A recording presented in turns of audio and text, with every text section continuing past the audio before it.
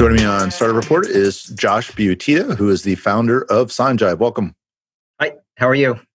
Doing well. So we are currently cohabitating in the Tampa Bay Innovation Center. So howdy neighbor, even though doesn't really matter since we're on Zoom or whatever. So let's dig into SignJive a little bit. You've got a history of starting businesses. You've got a history of making signs. How did that all lead you to SignJive? So I do have a history in business and in design. Design is what I do. Pretty much everything I've ever done, whether it be work for somebody else or work for myself, has centered around design of some kind, PR, videography, etc. So after selling my first business in 1996, I moved to Indianapolis. I took a job with a sign company as a designer. I learned how to design signs there. I stayed for 3 years. I also was teaching at a college, Ivy Tech. I was teaching 3D animation, 3D Studio Max, things like that, other software, Illustrator. So I wanted to be an animator. So I moved to Florida. My goal was to get closer to Disney and maybe try to get a job at Nickelodeon. At that time, Toy Story hadn't come out yet. And so, or it had just come out in 1999 when I moved to Florida. So that's really what I set out to do. I took a job with a company down here. It was a little marketing company. And shortly after, they closed up shop, and actually they moved it to Atlanta. So I lost my job. So it derailed me a little bit. I ended up taking a job with Tech Data on the web design team. I was in PR there, doing videography for several years. And then I took a job as a manager of the print department before I left. So I was there 5 years. So in the time that I was there, I continued to do freelance design work for the company that I left in Indianapolis. I had a good relationship with them. So they called me at one point and asked me to visit one of their customers in Florida. I had never sold anything. I had only designed them. I didn't know anything about the sign business. So I went, I met the customer, I helped them close that job, I designed it for them. And then the customer called me back directly and said, hey, I've got another project in Orlando. At that point, I went over, I met her, I designed it. When she approved it, I went back to the company that I used to work for and I said, hey, can I purchase these signs from you wholesale? And I'll buy them from you and I'll resell them. So they said, sure. So that was really the beginning of coming up with the idea. After selling my last business, I wanted to learn from other companies and take jobs. And so I did that for 10 years. 10 years after I started or left my old company, I started this company, my last company called Oakhurst Signs. I had it for 15 years. I grew it into the largest apartment centered sign company in the country. I had 30 employees. We did $7 million a year when I sold it. That was 2 years ago. So I thought I'd like to do something different when I sold it. And after 2 years trying other things and just really thinking through what I liked and didn't like about my last business, I decided to start SignJive. So the difference between my old company, who supplied signage for apartment properties across the country, is that I always saw a need I saw when we would install a really nice sign project that the landscapers and the lighting and the irrigation always kind of worked against the sign or didn't complement it. So I thought there was a need to go into a project, do the design and planning of the signage, landscaping, lighting, and irrigation together. We would still supply the signage portion. That's what we do. But I felt like we could create a better entrance design if we were to think about it from our perspective, my perspective as a designer, not just a landscaper. So that's really what I'm setting out to do here. And so a few things to dig into. It sounds like your first business, I read a little bit about in your founder story, was a bit of a grind. And then you went to more of and back to being an employee, which is not uncommon. A lot of people, after they run their business, are like, hell with that. I just want to, ride for a little while and collect a paycheck. And then eventually it kind of gets back to the spirit kind of builds back up, and then you had your next company, went for 15 years with that, 30 employees.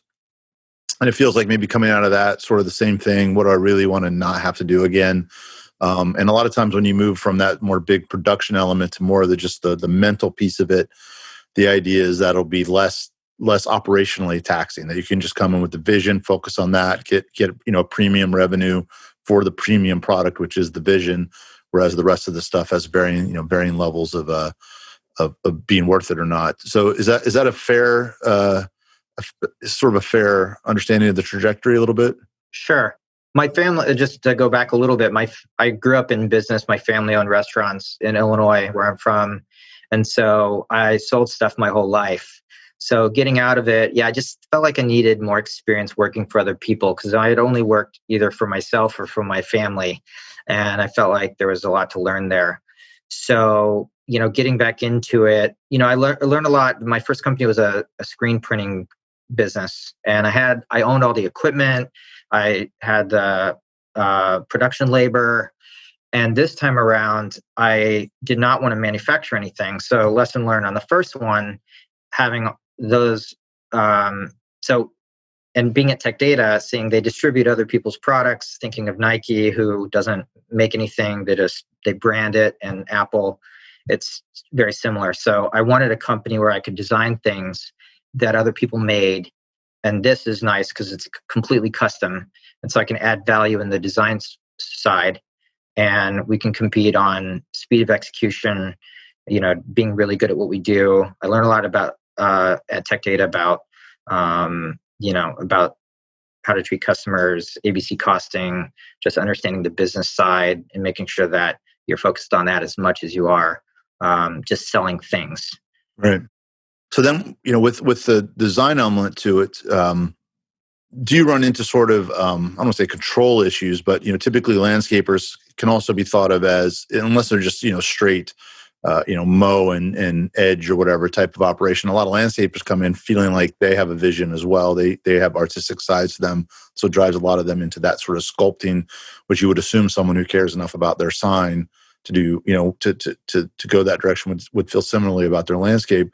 So is it for you, do you need to be first one in or, second one in? Because you end up saying, hey, I just have to establish that I'm the visionary and the landscaper is sort of my tool versus, a co-partner in the vision. How does that work out typically? Yeah, good question.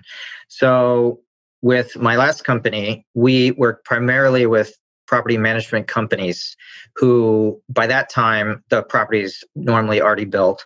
We come in and just redo this, what they already have, or replace it. So this time around, you're right, to get closer to the decision maker at the top, we have to go after developers. We have to sell the vision, because what I'm proposing we do is different from how it's always been purchased.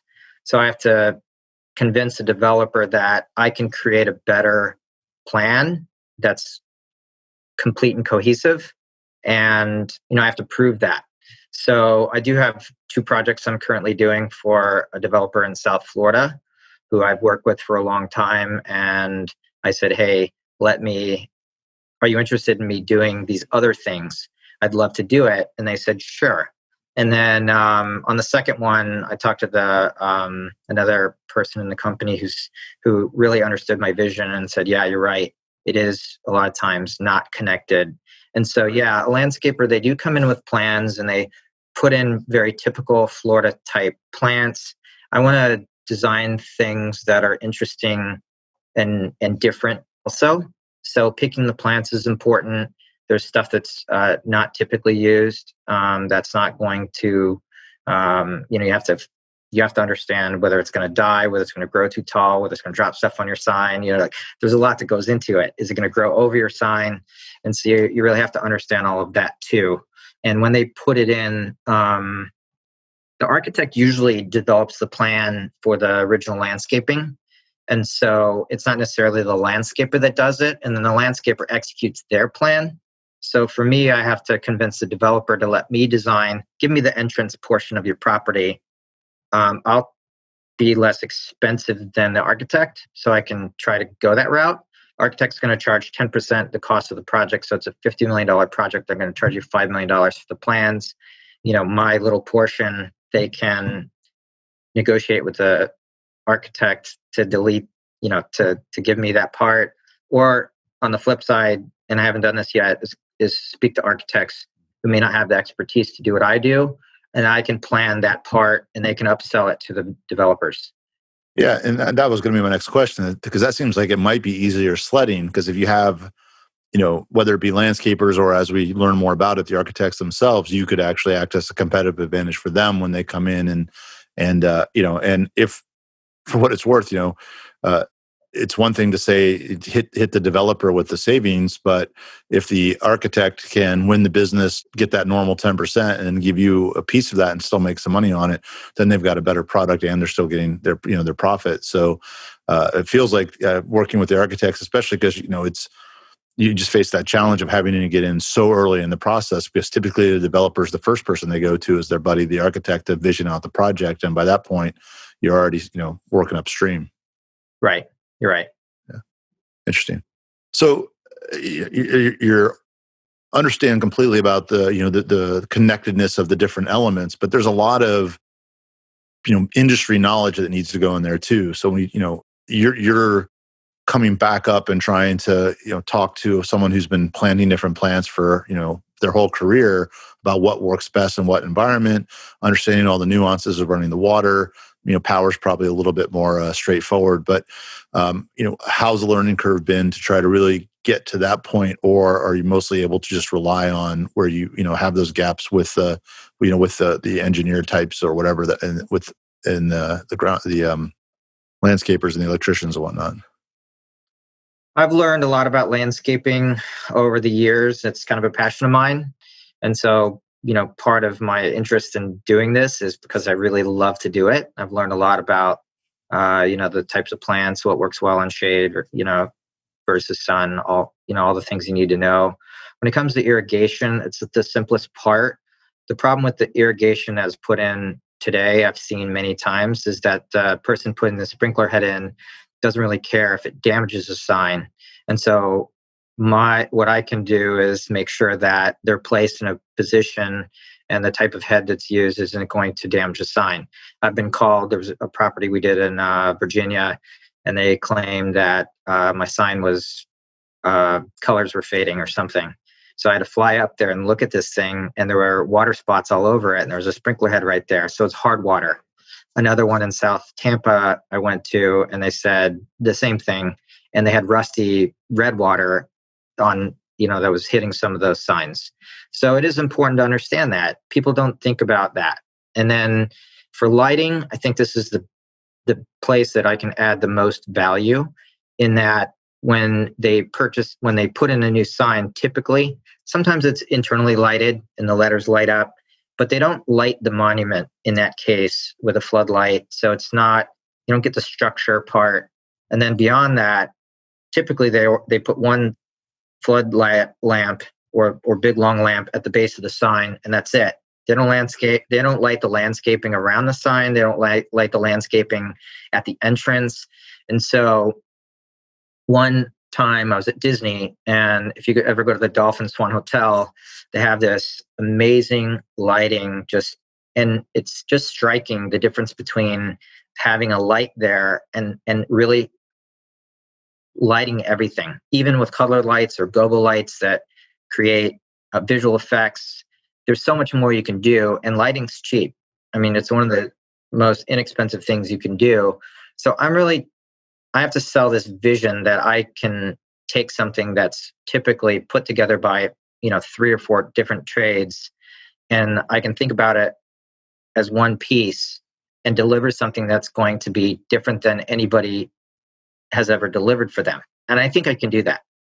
So when you look at that process, when you're developing this new business and the education component of that, do you feel like the people who understand the value of the potential beauty and impact of a well-designed piece are where you're heading, or do you feel like the biggest chunk of new business for you is sort of going the other direction of trying to turn people on who are maybe just checking boxes? Yeah, we have a light. Yeah, we have some water. Yeah, we have a sign. and saying, hey, you can, it's worth putting the time into this. It's worth, spend this little extra money because here's A and here's B, and educating them in that way. I'm going after first the highest end developers I can find. And because I think that people who want what they want and want to build something that's unlike anything else, there are people that just they want the best of everything. And so I think that person will say yes much easier than somebody who's used to just buying the sign from the sign guy, and they don't really care. So I'm going to run into customers that of both kinds and everything in between. So first, I believe I have to go after people who really design the nicest stuff. So I have a list of 700 developments in Florida, and that's what I'm targeting first. It's all new construction. And I've had to sort through this Excel spreadsheet to find what I think are the best of the best developers. And then the ones that are kind of middle of the road, they may just need signage, and we will do that too. So I'm not going to leave my old customers on the table, although I'm not really going after them in the same way. I'm really limiting the kind of old customers and projects that I used to do as much as possible. And I want to really focus on making sure that I understand if there's a market for doing it all together.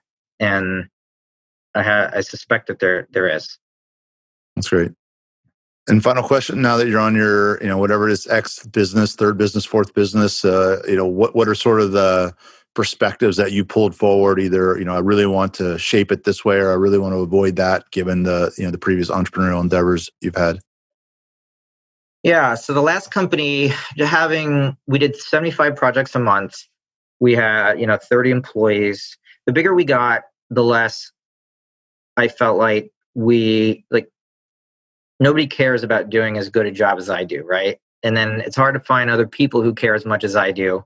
And you can find them, but not everybody's like that.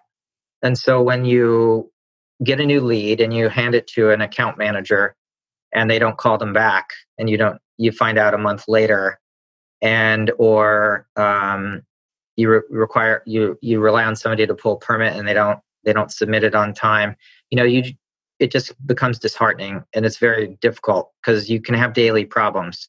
And so I really just got burned out with the amount of projects and the amount of things and the amount of stuff that was going on with the old company. So I guess to answer your question, this time around, I'm not trying to have a big company. I didn't then either, but I really feel like I want to control the quality more than I was able to before. And I really want to be a lot more hands-on. My goal is to find a group of customers, not that big, that develops 3 to 6 properties per year. Could be less, could be around that number. 6 is a lot. Related Group does more than that. Greystar does more than that. So there are ones that do a lot more. But to find a set of customers that understand what I'm trying to do and that want it and like it, and they bring the projects to me every time they have a new one, and they say, hey, we've got another one. We want you to show you what you can do at the entrance here, and just build that long-lasting relationship where we don't sign contracts with anybody. We really want to we want to know that they're using us because we do a really good job. We perform, we follow up, we respond, all the things that are really hard with contractors to get. That's what I focus on more than anything. At the end of the day, we deliver a product, but I found a lot of the success comes in timeliness, being first to bid, being consistent, answering questions when you get asked them, and things like that. So that's really what we'll focus on more now. Makes sense. All right. Well, we'll continue to watch your progress, and it sounds like you're moving in the right direction. A lot of great experience, and hopefully signs will be driving. Perfect. Thanks, you. Josh. Yeah, appreciate it.